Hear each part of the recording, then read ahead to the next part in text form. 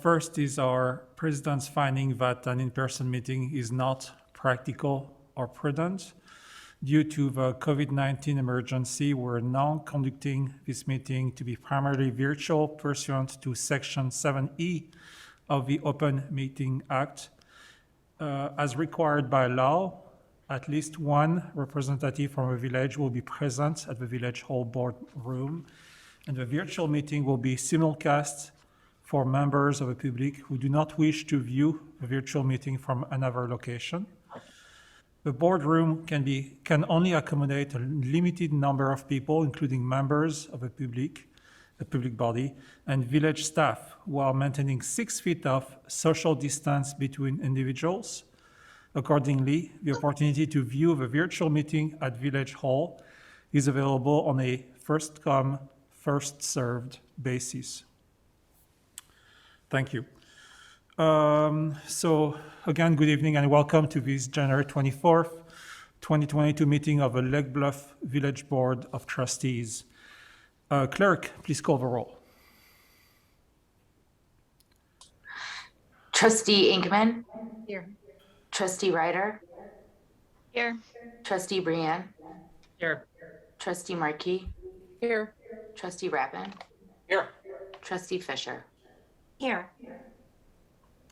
Thank you, Kat.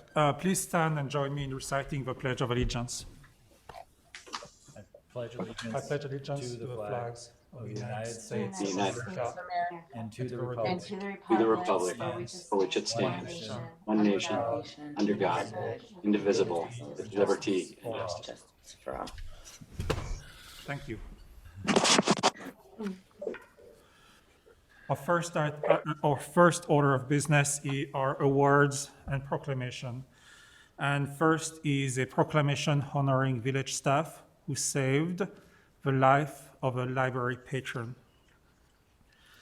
Whereas on October 28th, 2021, at approximately 6:15 p.m., members of the Lake Bluff Fire and Police Departments were dispatched to the Lake Bluff Public Library for a report of an unresponsive patron, and whereas Jillian Chapman with the Lake Bluff Public Library, having been trained in CPR and first aid, assessed that the patron was experiencing a life-threatening cardiac emergency and immediately began to administer CPR, and whereas Anna Fifhouse with the Lake Bluff Public Library retrieved an automatic external defibrillator and was preparing to operate the AED when paramedics arrived on scene, and whereas Elizabeth Crampton with the Lake Bluff Public Library dialed 911 and summoned emergency responders, and whereas Claire Osada with the Lake Bluff Public Library cleared the path for responding Lake Bluff police and fire personnel, and whereas Martha O'Hara with the Lake Bluff Public Library returned to the library while off duty to cancel evening programs and prepare the library to return to normal service on the following day, and whereas Police Officer Mark Swalskowski and Assistant Fire Chief Greg March were the first emergency responders to arrive on scene, and whereas Officer Swalskowski relieved Jillian Chapman and continued to provide CPR to the patron for more than 20 minutes, which allowed other first responders to concentrate on other advanced life-saving measures, and whereas additional village personnel arrived on the scene and provided assistance, including Sergeant Robert Berzinski of the Lake Bluff Police Department and Chief David Graff, Assistant Chief John Crumsey, Lieutenant Brandon Colazzo, Lieutenant Tim Kluchka, and Fire Emergency Medical Technicians Connor Adams, Sean Bjork, David Bremer, and Nico Stefani of the Lake Bluff Fire Department. And whereas a Lake Forest ambulance staffed by paramedics Nick Savo and Kathy LaCavita responded to the scene and transported the patron to the hospital. And whereas the combined effort and public service of each of these 19 people resulted directly in the successful rescue of a library patron who was subsequently discharged from the hospital after making a full recovery. Now, therefore, I, Régis Charlot, village president of the village of Lake Bluff, Illinois, do hereby honor each person who participated in providing life-saving care on October 28th, 2021 at the Lake Bluff Library. So thank you. And I would like to add personally that this event truly exemplifies the volunteer spirit in our community. 19 residents came together to save a person's life, and I am proud to be part of this community and to celebrate their service. So thank you.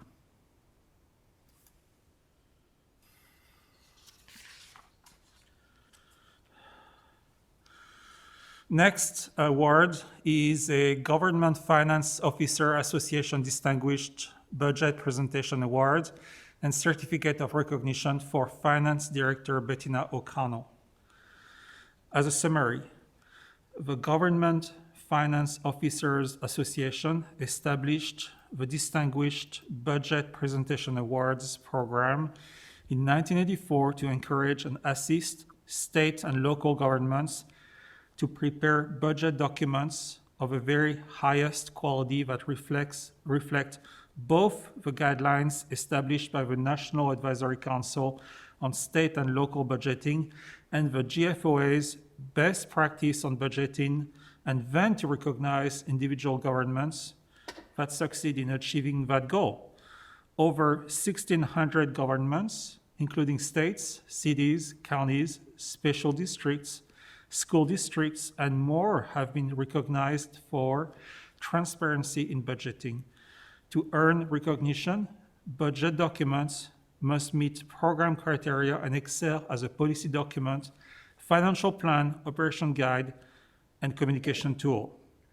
The Village of Lake Bluff was awarded the Distinguished Budget Award for its budget beginning fiscal year May 1st, 2020.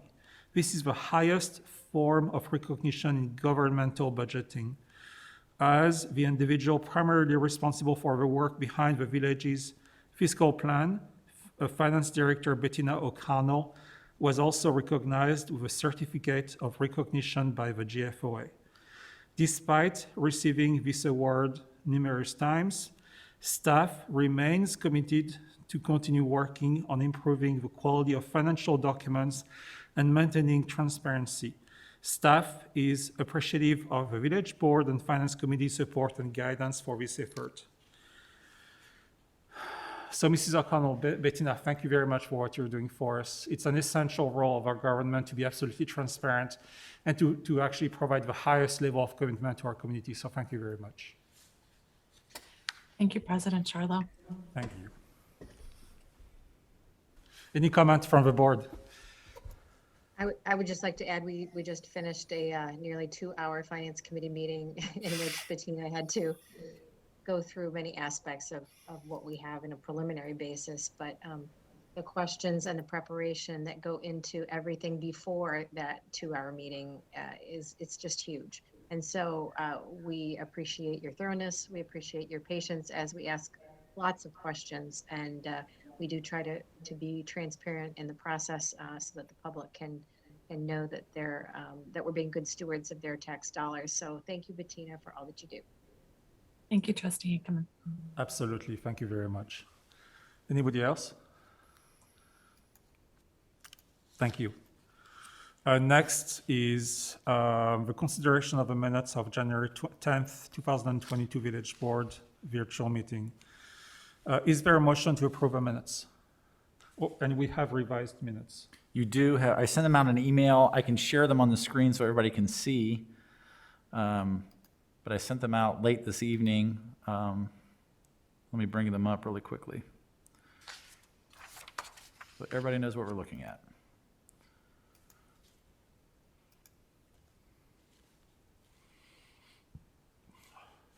So this is dealing with item 15, the ordinance. It's actually two sections. Actually, let me go back up.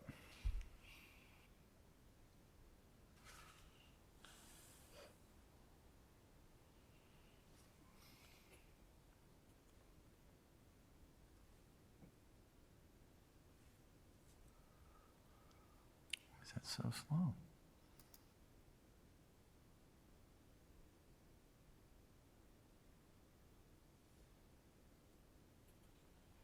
Here we go. So this is the top of page 4. Pause there for a moment.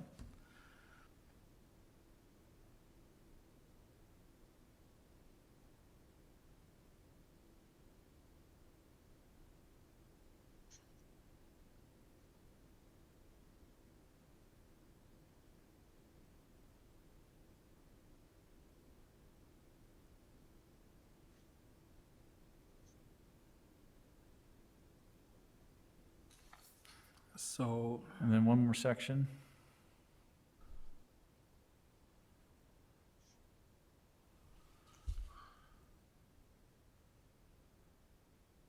Dealing with the amendment to the municipal code regarding the composition of the Architectural Board of Review. Item 15.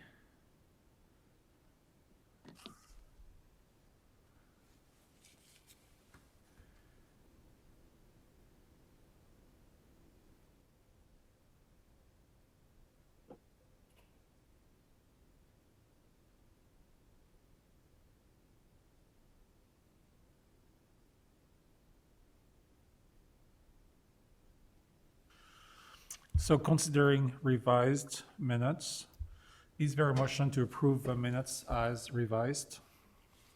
So moved. Thank you. A second. Second. Thank you. Any further changes? Thank you very much. Clerk, please call the roll. Trustee Ingemann, Aye. Trustee Brienne, Aye. Trustee Markey, Aye. Trustee Rappin, Aye. Trustee Ryder, Aye. Trustee Fisher. Aye. Thank you. Next is our non-agenda items and visitors. The village president and board of trustees allocate 15 minutes during this item for those individuals who would like the opportunity to address the village board of trustees on any matter not listed on the agenda. Each person addressing the village board of trustees is asked to limit their comments to a maximum of 5 minutes. So we do not have anybody in this board. Do we have anybody online? There are two attendees participating in the meeting. If either wish to speak to anything that's on the agenda item, please, I'm sorry, not on tonight's agenda, please raise your hand and we will give you your time to speak.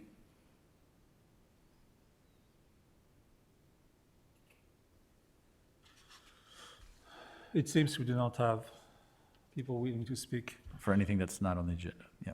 Moving on to the next item on our agenda, number 7, village board sets the order of the meeting. The village president and board of trustees will entertain requests from anyone present on the order of business to be conducted during the village board and meeting. Do we have any requests? I can only presume that Mr. Buscio is on the call. He's here regarding the item dealing with the, he's raising his hand. If it's all right with you, I'll let him address the board. I'm pretty sure he's here to talk about the Lillian Dells issue. Absolutely. Mike, you can go ahead. Yes, can you hear me? Yes, sir. Hi, good evening to everybody, and thank you for your service to our village. My wife Karen and I are relatively new to Lake Bluff, moved in last May on Maple Avenue, and we love this community, and we chose it for its charm and friendliness and beauty. And I want to thank Drew and and Regis and the rest of the administration for what they've done to listen to the residents of adjacent properties to Lillian Dells during some of the construction for the beans and the subsequent restoration to the dell, which I think has turned out really well. I did speak with Drew earlier today and thanked him for reaching out to me proactively. My main concerns and some of my neighbors, because we live along the dell, our property actually is adjacent. We share the ravine with Lily and Dell along the south side of our residence. And then we have some lakefront ownership that we were most concerned about protecting from vandalism, from graffiti, and from illicit behaviors down there, and quite frankly, from trespassing from a privacy and from a liability standpoint. So the new signage that was developed with a very collaborative effort with the Beans and myself and some other neighbors is a welcome addition that outlines what is the dell and what is private property, and we just hope that that is respected going forward. And so, Drew, as we spoke, I don't really have anything in addition to bring up tonight other than what we talked about, which is just, you know, since we've moved in here, we've heard a lot of, quote, legacy about Lily and Dell's being a kind of hidden beach, a secret place to, quote, party and drink. And we've had some encounters, as some of my neighbors had, with some of that, quote, illicit behavior. And it's not something that we think is befitting to the village. And it can be quite scary in today's environment where it's not just young teens down there drinking innocently. It can be people from out of town that have come in and are doing drugs down there and getting combative when we remind them that this is actually private property that they're trespassing on if they don't stay within that 16 feet of the dell. So we've just been working very diligently as neighbors to ensure that the true spirit of the dell as a path to view the lake, not get into the lake, not trespass, not destroy the ravine, but for residents to be able to view the lake and hike down there, which is great. And we just want to make sure that our private property interests, our peace and security of view and quiet and safety is protected going forward. And I believe that Drew and I have talked about this, and some of the measures going forward will address that. So I don't have anything specific further than what Drew and I talked about today, which is just to perhaps post some additional signage about no firearms, no smoking.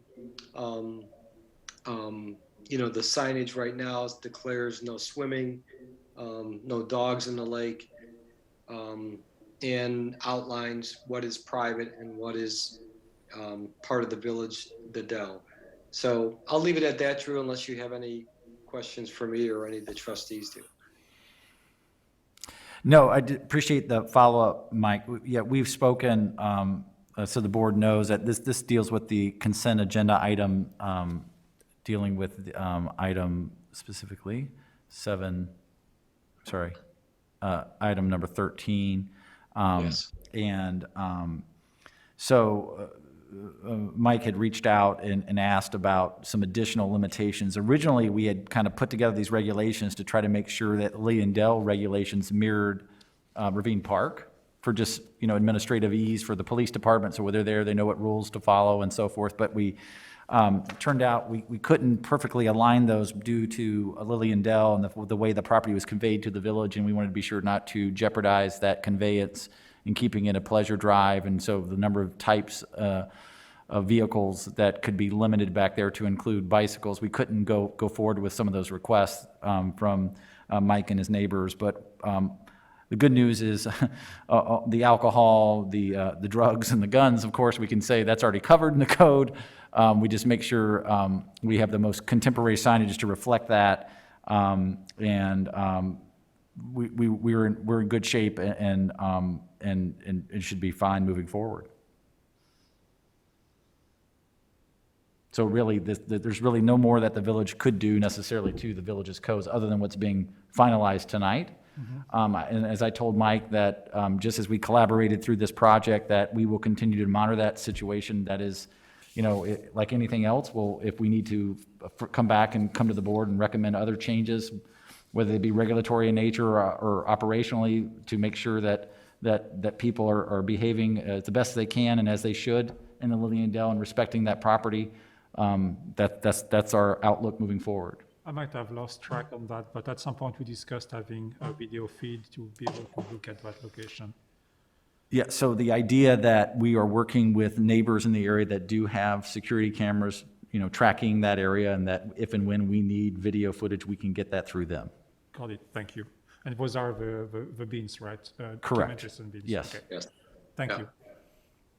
Yeah. So again, thank you for giving me the opportunity to speak with you. And again, we're delighted to be here and really respect all the work that Drew, the administration, and all of you do for the village. And if there's anything I could ever do to assist, we would be delighted to help.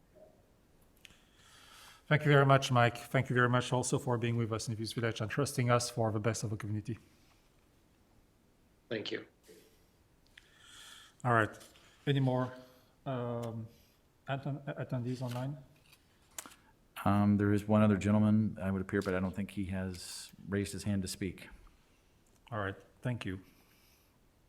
Next is our village finance report. And first is our warrant report for January 11 to January 24th, 2022. As a summary of background and reason for request, expenditures of village fund for payments of invoices in the amount of $556,952 for January 11th to January 24th. Again, the total expenditures is $556,900.52. You will find the documents, the report and documents attached as the warrant report for January 11th to January 24th, 2022, again for $556,952. The invoice register report shows checks with a status of open or paid. All checks with a status of open are computer-generated checks for the board's final approval. Checks with a status of paid are manual checks processed. And I should have asked for a motion to approve the warrant report. So moved. Thank you. Is there a second? Second. Thank you. Are there any questions on this warrant report? I did have a question, and I usually will send that before the meeting, and I didn't, so I apologize. There was an emergency tree removal, and I was wondering what were the specifics of that. It was for clean cut tree care in the amount of $4,200, and I just wondered if you could shed a little bit more light on what that situation was, because it looks like it was in front of an individual's home, or was it in a parkway area? 754 Oak Avenue. Jake, is that ringing a bell?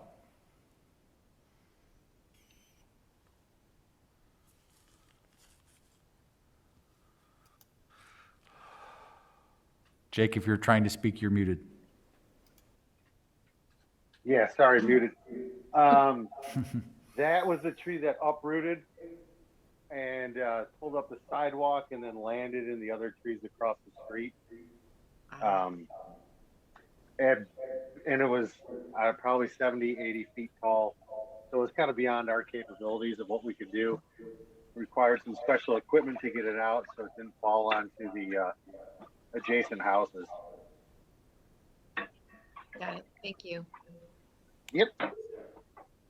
Thank you. Any more questions? Yes, Regis. I had a couple follow-up with the tree. I was also curious about that. I didn't get a chance to have much of a conversation with Drew this morning, so I just wanted a couple questions. Drew, I also noticed, or Jake, that there was a total of $22,645 in tree removal. so that includes the one that Barbara just alluded to. That seems like a lot for just that period of time. Was that an unusually high number? The 22,000, I'm trying to see what number you're referring to. You had two others. You had Canucken for 10 and Lucas for 7,700. Those were all like during the summertime and some Okay. in the fall, contractual trees. And then Got the it. bills came in at weird times, and then they just all got paid at the same time. Okay. I was just wondering, Jake, do you recall, were those emergencies or are you just using them to help out with Those bigger are, trees? yeah, some of those are ones that are too big for Big. us. Yeah, that need the bucket and stuff or Or climbing. the higher bucket or climbers, and that we don't do. Yeah, I know. Okay. Then the other question I had, Drew, is that there was a $2,000 to Ferguson. Was that since it was for January services, was that for the Block 1 grant proposal? No, that's their monthly subscription. It's like a subscription service we pay. They provide weekly updates, and we have monthly meetings with them. It's their general service agreement for us. Oh, okay. So that's just something that's an annual thing. Yes. Well, annual in the sense that we are sticking our toe in the water with them. We wanted them to help us with that Block 1 grant, and we also are looking to weigh their services moving forward. Is this something a value add for us? And so we've been doing that since we started in December, actually, I think. No, November. This is the systematic exploration of grants available to us, and they're providing us that service, correct? That is Okay. correct. Yeah. Got it. Thank you. That's all I have. Thank you. Yep. Thank you. Any more questions on the board? Thank you, guys. This is a roll call vote again. Clerk, please call the roll. You're muted, Kat. Okay. Trustee Brienne, Aye. Trustee Markey, Aye. Trustee Rappin, Aye. Trustee Ryder, Aye. Trustee Fisher, Aye. Trustee Inkerman. Aye. Thank you. Next is our December 2021 financial report. Is there a motion to approve the financial report? So moved. Thank you. A Second. second? Thank you. Bettina, could you please give us the highlights on this report? Sure. Thank you. Noteworthy items found in this monthly report include the monthly sales tax revenue on a cash basis for December fiscal year 22 of $303,625, which is $25,148 or 9% greater than the fiscal year 21 cash basis receipts of $278,477. Fiscal year 22 year-to-date sales tax revenue is $484,842, greater than the May through December fiscal year 21 cash basis receipts. Building permit revenue for fiscal year 22 to date is $308,723, $31,032 greater than the same reporting period for last fiscal year. General fund fiscal year 22 total revenues of $9,473,585 are $450,204 or 18.1% greater than the December fiscal 21 year-to-date revenues. Fiscal year current expenditures are consistent with or less than budgeted for the total general fund, and the fiscal year-to-date expenditures of $7,991,140 are $1,785,372 greater than the expenditures for the same period in fiscal year 21. I also wanted to make note of a correction to page 1 of the December monthly report. In the first bullet, the Treasury report section should read that the governmental and water funds are $14,763,767 plus $14,339,166.19 for the police pension fund. Thank you. Thank you. Any questions to Bettina? I just had a quick question, Bettina, and I know we kind of touched on this in the finance meeting before this meeting about our basically what we estimate for the next couple of years as we budget for our sales tax revenues, but our numbers are conservative, and I think that's good. It's smart. But when we're estimating those sales tax numbers, are we factoring in the fact that inflation has really increased over the last year and looks like it will continue to increase in the next couple of years? It looks like our sales tax revenues year over year are increasing substantially. Like this one was 9% this time. Do we factor that in, or do we remain relatively conservative and kind of try and flatten that increased number? for So we inflation? remain relatively conservative, and most other communities that I kind of spoke with also remain conservative, especially in this period, and looked back to their fiscal year 19 and 20 revenues as a point of reference, kind of looking back prior, COVID revenues.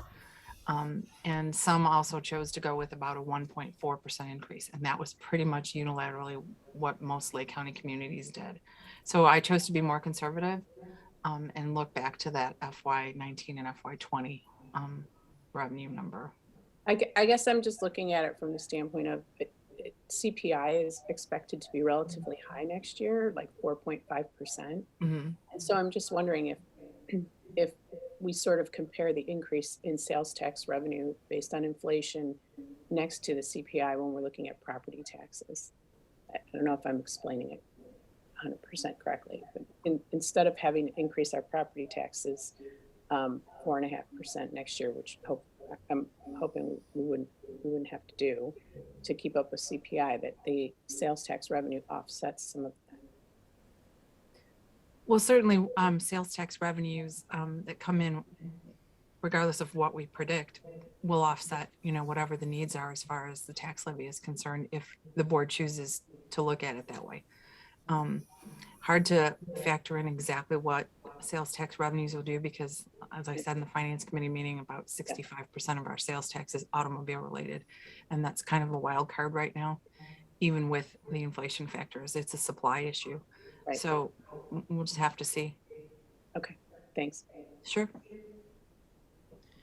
Bettina, picking up on what Joy's talking about, I was going to ask you something somewhat related. I think one of the things I'm concerned about is we're seeing that stores are changing their hours, so they're open for fewer hours. I don't know if anybody's noticed that. That's particularly true in grocery stores, and because of staffing shortages. And then there's a lot of press about people foregoing purchasing certain discretionary items like dining out because the cost has gone up. So I don't know if that kind of goes hand in hand with what Trustee Markey is talking about with inflation. So I was just curious. I think the conservative approach is right, but is there ever a time when you would make assumptions that show how inflation actually impacts purchasing, or is that that's too much to assume?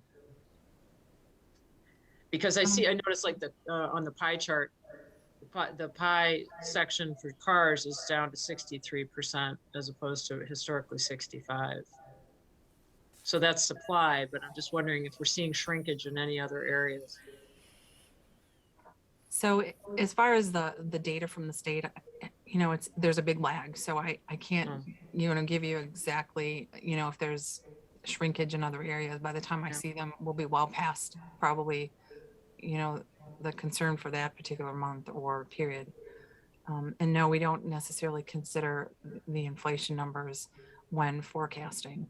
And we also have such a different target and a different market of stores and how things work for sales tax in Lake Bluff. We have a big box and we have automobile and some local stores. And really it's reliant on that. And I don't see those things changing that much. Okay, right. And even, I was gonna say, just connected to this, Trustee Brienne, the idea that you look, and we mentioned this at the earlier meeting, but, sales tax is an all-time high. We wouldn't not have predicted that coming through the pandemic, right? That it is, and we didn't predict that. And that's why we made adjustments with our revenue streams and our expenses over the last 24 months. And I suspect that'll be true moving forward, at least for the near term. Right. No, I was just talking about a local grocery store that's in Lake Bluff that's not open the same hours as it used to be. It's 2.5 hours fewer than normal. So because they don't have people. I realize that's probably not going to happen at Target, but I was just thinking about someplace else. Bettina, the other question I had for you was on the, what page is it here? The pie chart. It looks like the numbers haven't been updated, but through year-to-date 6/30, but then again, they appear to be in line historically. So is that just a typo? Like, I'm looking at a line item, like, for example, automotive is at 1.7. And then in 2020, it was 1.9. So have some of these numbers been updated and just not all? No, they're updated. That's what's reported on the Illinois Department of Revenue. Through Check June, them. huh? So Right. no third quarter, so wow.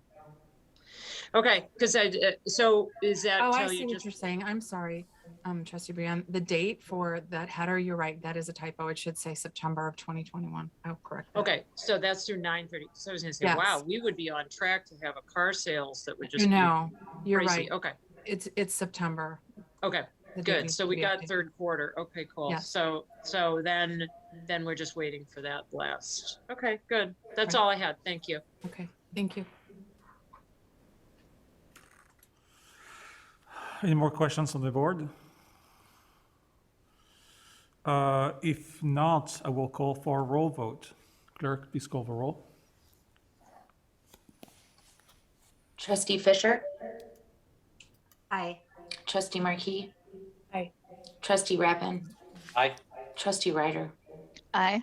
Trustee Brienne, Hi. Trustee Inkman. Thank you.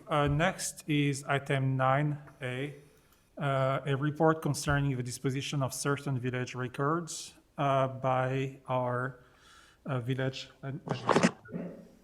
Great, thank you. So you should be used to seeing these reports. Once again, we are running past you the list of documents that the village staff has identified as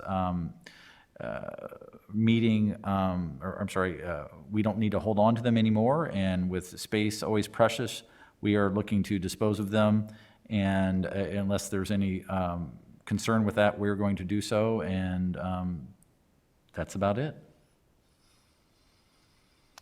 Thank you. Questions to approve the disposition of records? So if there are no questions about this item, Sorry, Regis, I'm sorry, I was muted. There was one for, that I just thought might be worth holding on to digitally, would be, since we're coming up, we were talking about land use, the Block 1 RFP responses. I think from a land, You're muted, Kate. sorry, I should just take my hand off the mouse. The land use, the Block 1 RFP responses, I just think from a land use perspective and a historical perspective, I'm not sure why we wouldn't keep a digital copy. Drew? We don't, there wouldn't serve any, that's not what was built. You know, ultimately, there were different interested projects that people submitted going back over time. I think at that time, that was not even the era when the project that was built, there was a multiple solicitations. I think that predates me, Peter, is that right? Yeah, so this is one of the earlier solicitations. I guess at the end of the day, I don't even know how thick of a file that is, but if somebody would like to, you know, take a peek at them, we can certainly hold on to them. There's no reason other than that they don't need to be held on to, and we don't see we don't see a value of keeping them. If you'd like to see them or others, we're happy to hold on to them. I was just curious, since we're talking about land use, I think it always having kind of looking at what people thought was a good idea for uses, you know, versus say payroll journals. I mean, some people keep those too, but I just think it's always interesting to look at what people were proposing. But I realize storage space is at a premium and everything costs money, but I just thought that was one that jumped out at me. Yeah, I mean, I'm happy to take it off the list. If you want to come and take a peek and satisfy curiosity, happy to do that. No, I just was, Yeah. that's all, just because, Yeah. It's a real estate thing, and I think, that's always of interest to me. That's why. Yep, okay. Thank you. Any more questions, guys? So procedurally, I believe we need a motion. Just a motion to accept the report would be fine. So Yeah. I would entertain a motion to accept the report. So moved. Thank you. A second? Second. Thank you. Again, this is a roll vote. Clerk, please call the roll. Trustee Rappin, Aye. trustee Ryder, Aye. trustee Fisher, Aye. trustee Markey, Aye. trustee Inkerman, Aye. trustee Brienne. Aye. If I may, just one more, it's not on the agenda, I just wanted to give a quick shout out to our public works crews that have been busy over the last 48 hours with some back-to-back storm events, which is more common than it's been of recent. But they've done a great job, and I guess one thing I wanted to point out with that is every snowstorm is different. So like the snowstorm that occurred and that I'm trying to think, was that Saturday night, Jake, with the powder? Or was that Saturday morning? I'm losing track of time. You think I was up Saturday at night. 5 a.m. coming out? Yeah. But Jake, you talk about like the Sunday morning. I'm sorry? It was Sunday morning we were in. Sunday morning, yeah. So, but the idea that the storm event, I mean, the conditions were such that the snow was super light, and I think if you're as a skier, Regis, you would appreciate that type of snow. Very easy to move, and we were able to come in and scrape and salt and even take care of the sidewalks in a very short window of time. So every storm is different, and it could have been, if it was closer to 30 degrees, then that would have taken a lot longer, and it would have been just a different response, and just every storm event's different. But I wanted to thank Public Works for doing a great job and being very efficient and banging it out, and did it safely with no accidents or injuries. So thank you, Jake, and your team. Thank you, Jack. Thank and you. your department. Thank you. That's all I have. Just to add to that too, we had another main break this afternoon that we knocked out too. So that's why we did not get the sidewalks done today. Perfect. Thank you. Next is our village attorney's report. Mr. Friedman, do you have a report for us tonight? No report tonight, thank you. Thank you. Next is the village president's report. So I will read a little bit because it has to be specific. Following the December 13, 2021 presentation to the board by North Shore Water Reclamation District Board of Trustees Representative Thomas Swarthout, the village of Lake Bluff had the chance to speak at the regular board of the North Shore Water Reclamation District on this past January 11th, 2022. Our presence was to unequivocally affirm support by the village of Lake Bluff for necessary improvements to the district's assets at the Lake Bluff Beach. Regarding the North Shore Water Reclamation District Overflow Basin project, a 1 million gallon reservoir that would be built on our Lake Bluff South Beach. The good news is that the NSWRD voted to raise $10 million to build this reservoir. Hopefully, following permit and additional planning, we will see construction starting this coming October 2022. And this is the shortest timeline we can do, okay? We understand that this will affect Park District operations, and we have already been meeting and coordinating with the Park District for planning, okay? Now, we also want to be sure about a few other things. In conjunction with this work, we asked the district to improve aesthetics and odor control of their facilities. This includes fully enclosing the backup power generator, bringing the existing air handling odor control system equivalent to NSWRD in Lake Bluff for the Lake Bluff facility, installing an attractive enclosure for the existing garbage dumpster, installing landscaping or screening for the north side of the NSWRD main facility, replacing landscaping that would be affected by construction, and addressing facilities showing their age. So to this board, in sum, this is a great progress for our community, and we're moving on for our beach.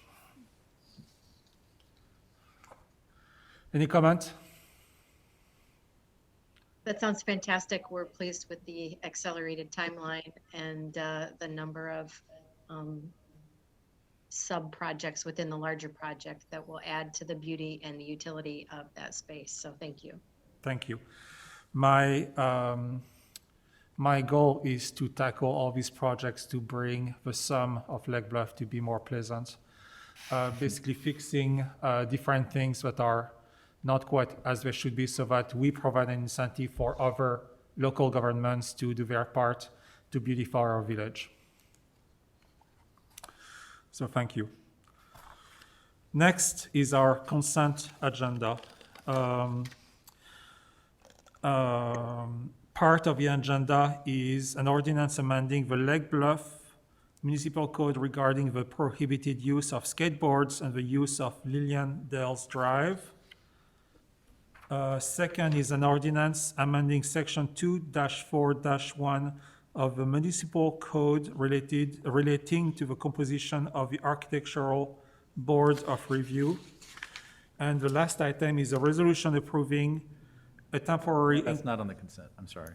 It That's is not, the correspondence is. The correspondence, I missed what, I'm sorry. Yeah. The third item is item 12, actually, is acceptance of a correspondence.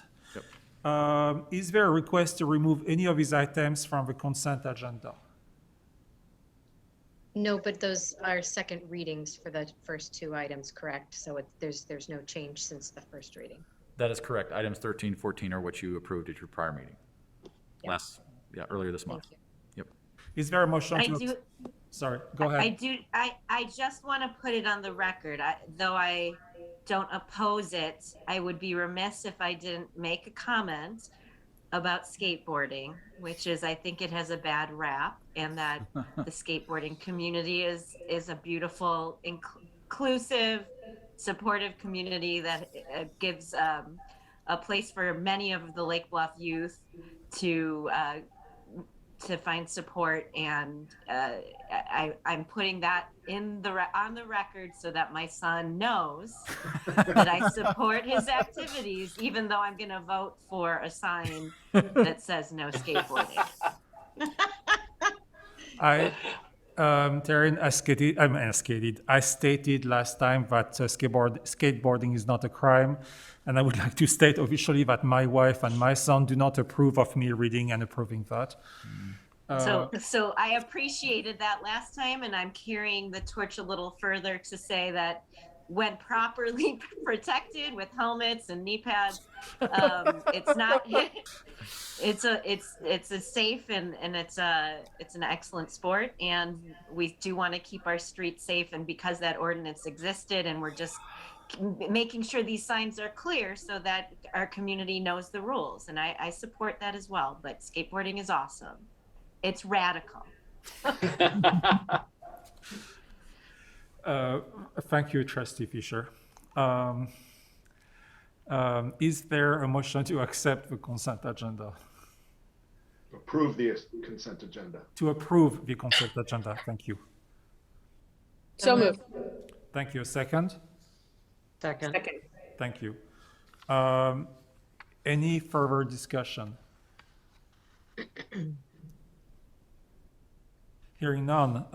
Clerk, please call the roll. Trustee Brienne, Aye. Trustee Ingemann, Aye. Trustee Markey, Aye. Trustee Rappin, Aye. Trustee Ryder, Aye. Trustee Fisher. Aye. Thank you.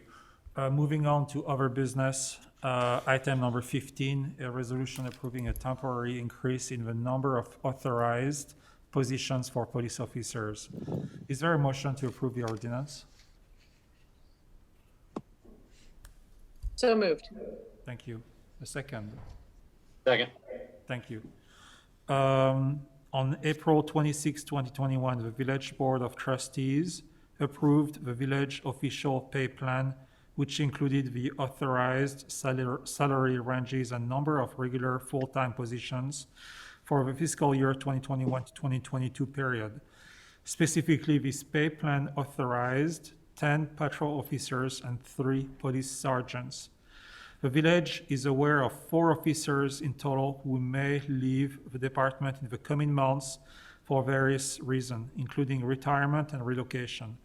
Typically, the hiring, training, and certification of a new police officer takes 6 months or longer.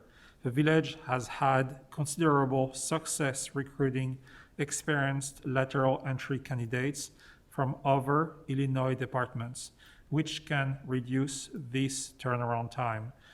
It would be advantageous to the village to fill any vacancies and begin training new officers as expediently as possible in order to keep shifts properly staffed and minimize overtime spending. Accordingly, and consistent with past practice, the village administrator and chief of police recommend that the village board authorize the temporary increase in the number of police officers by 4 until no later than the end of May 2022. Any questions on the board? I just had a question, not really understanding fully the implications on the collective bargaining agreement. Is there any impact on what we've agreed to in the past with this temporary increase? There really shouldn't be, the goal, we're not looking to hire, 4 people immediately. We just want to be as best positioned as we can if and when we find out these officers choose to move on or retire. And so, again, just to be as responsive as we can be so as to be able to capture these folks that we've been, relationships we've been nurturing over the last several months. And don't anticipate anything from with the CBA. The rub is, they only have to give 2 weeks notice, and the time it takes to onboard people is just, we're out of balance with that. So we just have to be ready. So it keeps us nimble and the Exactly. skids are greased for what we need to do next. Yeah. Yep. Okay. I feel like we've done this before, haven't we, Drew? This is just kind of a bridge. At least to 2 other bridge. times. Yep. Yeah. 2 other times probably in the last, 3 years. Yes, I remember voting for it. Yep. Any more questions on the board? If not, hearing none, please, clerk, please call the roll. Trustee Rappin. Aye. Trustee Ryder. Aye. Trustee Fisher. Aye. Trustee Markey. Aye. Trustee Inkeman. Aye. Trustee Brand. Aye. Thank you. Next is our trustees report. Do any trustee wish to make a report tonight?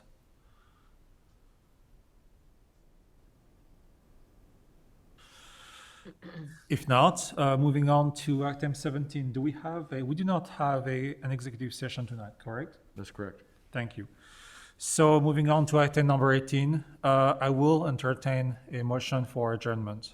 If I just there's somebody who came on the call late, there's an attendee, I'm not certain if he is looking to speak tonight. If he is, please raise your hand. There was the window for items to be discussed that were not on the agenda was open earlier in the meeting. I hate for somebody who got on the call, missed out on a chance to comment. If there is, please raise your hand.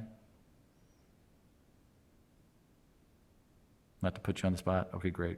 Just want to make sure. Thank you. Okay, Yep. so the window is closed. Again, I will entertain a motion to adjourn this meeting. So moved. Thank you. A second. Second. Thank you. All in favor? Aye. Aye. Anyone opposed? Thank you very much. This meeting is adjourned. Good night. Thank you so much. Thank you. Good night. Good night. Have a good night, everyone.